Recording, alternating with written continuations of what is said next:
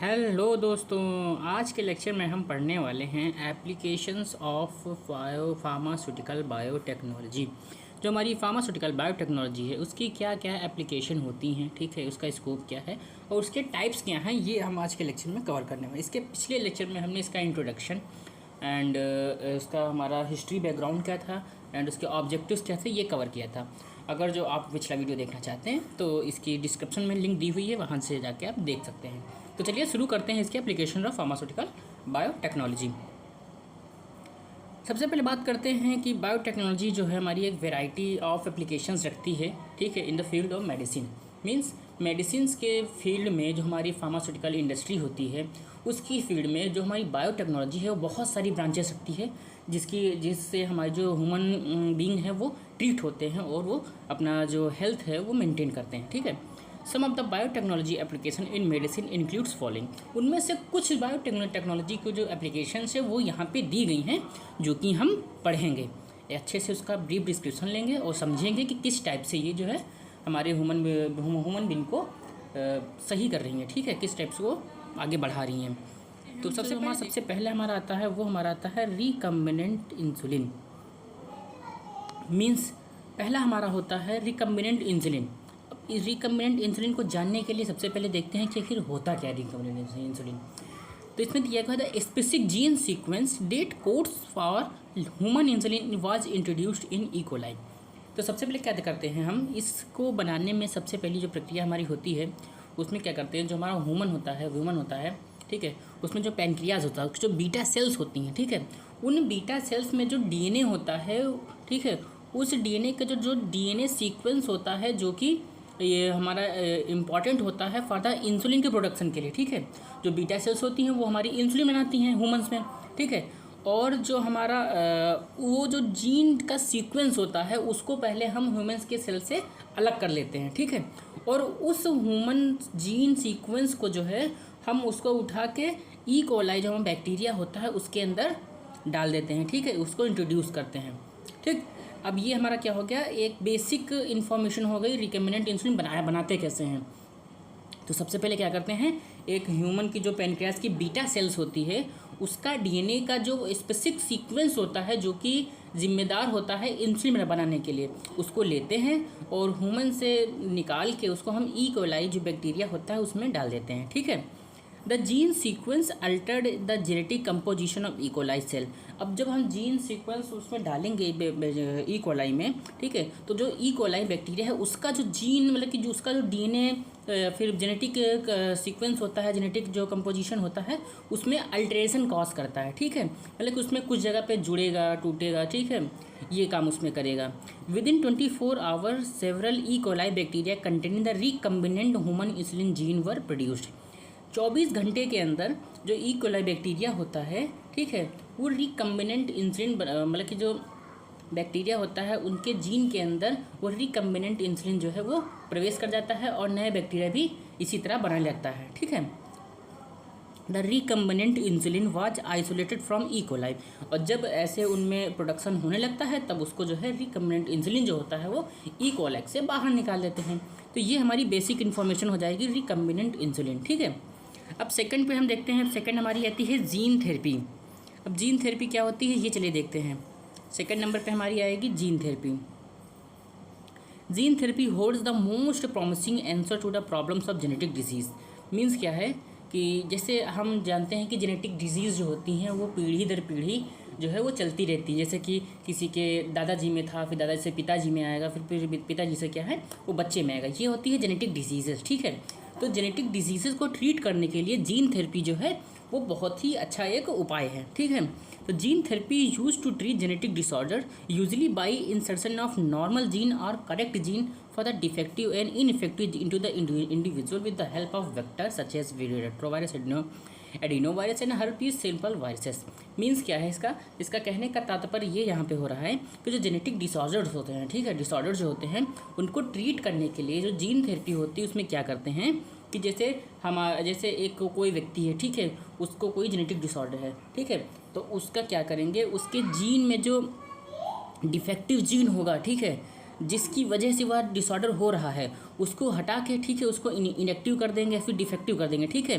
और उस इंडिविजुअल में जो है उसको इनएक्टिव करते हैं, ठीक है। वो भी किससे कैसे करेंगे, कुछ वेक्टर्स होते हैं जैसे रेट्रो वायरस हो गया, एडिनो वायरस हो गया, हर्पीस सिंपल वायरस हो गया, इनके हिसाब से, ठीक है। वेक्टर्स क्या होते हैं, ये जो होते हैं ये जीन को लेके जाते हैं किसी ह्यूमन में, ठीक है, वो वेक्टर्स होते हैं, ठीक।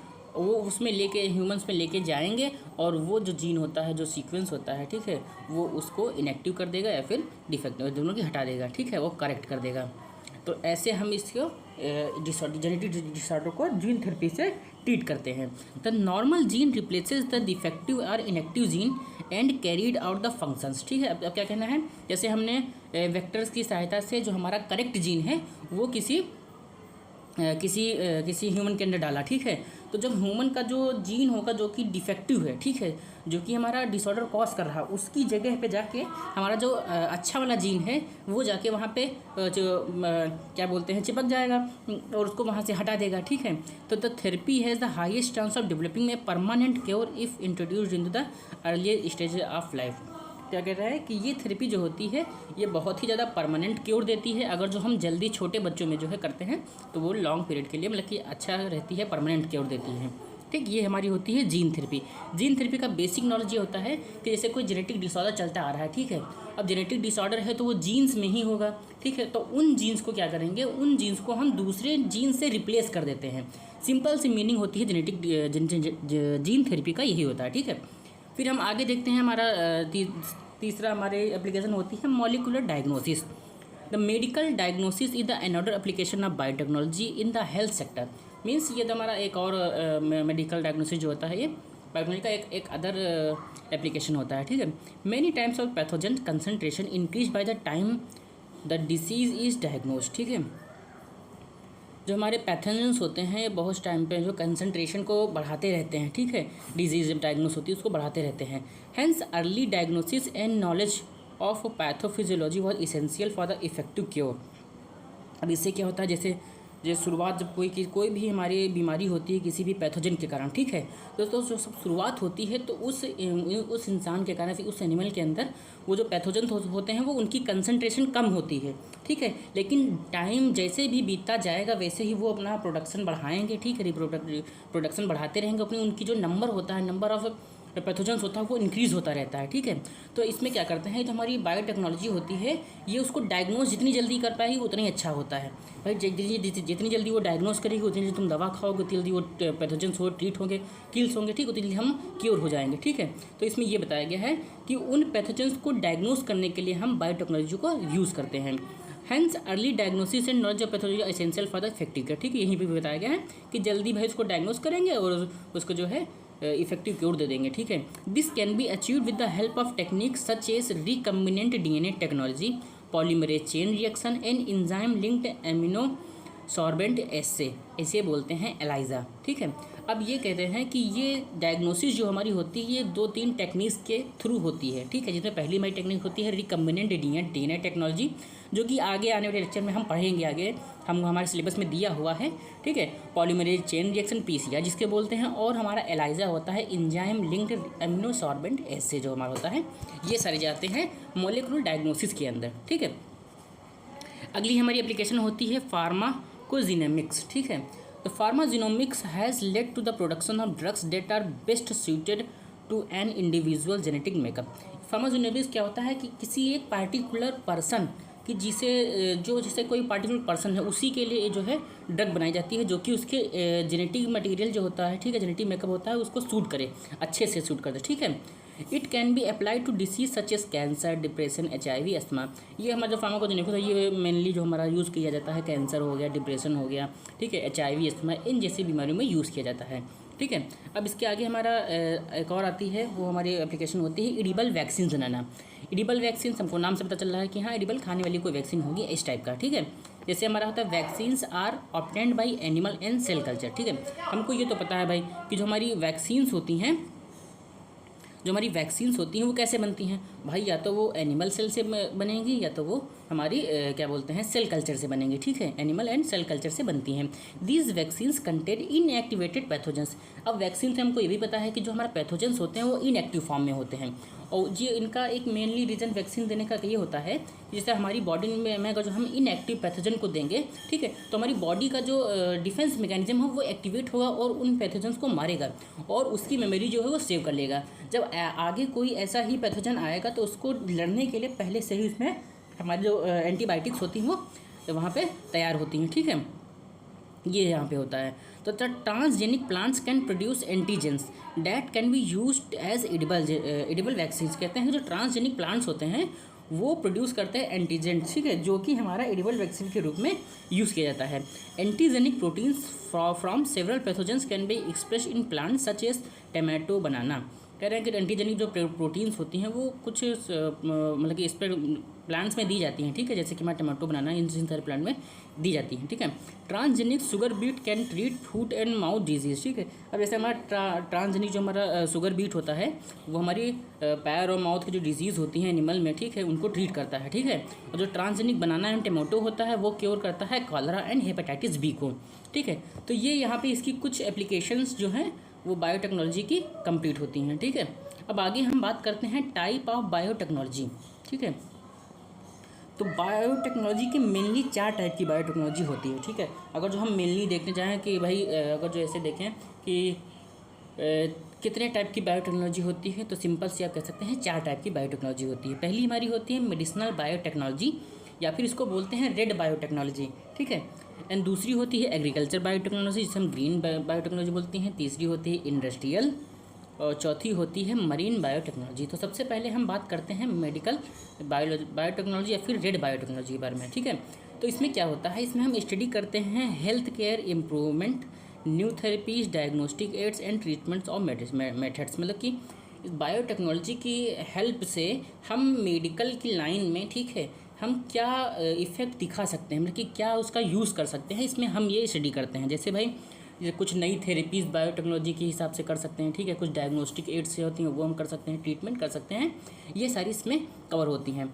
अब देखा कुछ बात करते हैं एग्रीकल्चर बायोटेक्नोलॉजी की, ग्रीन टेक्नोलॉजी की। इसमें क्या होता है, जो बायोटेक्नोलॉजी की हेल्प से अगर जो हम किसी भी एग्रीकल्चर की ईल्ड बढ़ा लें, ठीक है, किसी भी फसल का मतलब कि ज़्यादा पैदावार कर दें, ठीक है। बेटर क्रॉप प्रोटेक्शन, भाई क्रॉप प्रोटेक्शन में भी ये काम करता है, ठीक है। एंड न्यूट्रिशन इनरिचमेंट, और जो हमारी फसल है उसमें न्यूट्रिशन ज़्यादा हो जाए उसमें भी ये हेल्प करता है, ठीक है। फिर हम आता है ग्रे या वाइट बायोटेक्नोलॉजी से बोलते हैं इंडस्ट्रियल बायोटेक्नोलॉजी। इंडस्ट्रियल स्केल पे production of using biotech tools, ठीक है। मीन्स जो हमारा इंडस्ट्रियल लेवल पे जो हम यूज़ करके बायोटेक का यूज़ करके प्रोडक्शन को बढ़ाते हैं उसको इसी को बोलते हैं इंडस्ट्रियल बायोटेक्नोलॉजी, ठीक है। मरीन बायोटेक्नोलॉजी क्या होता है, इसे ब्लू बायोटेक्नोलॉजी बोलते हैं, उसे बोलते हैं using biotech for improvement of marine and aquatic life.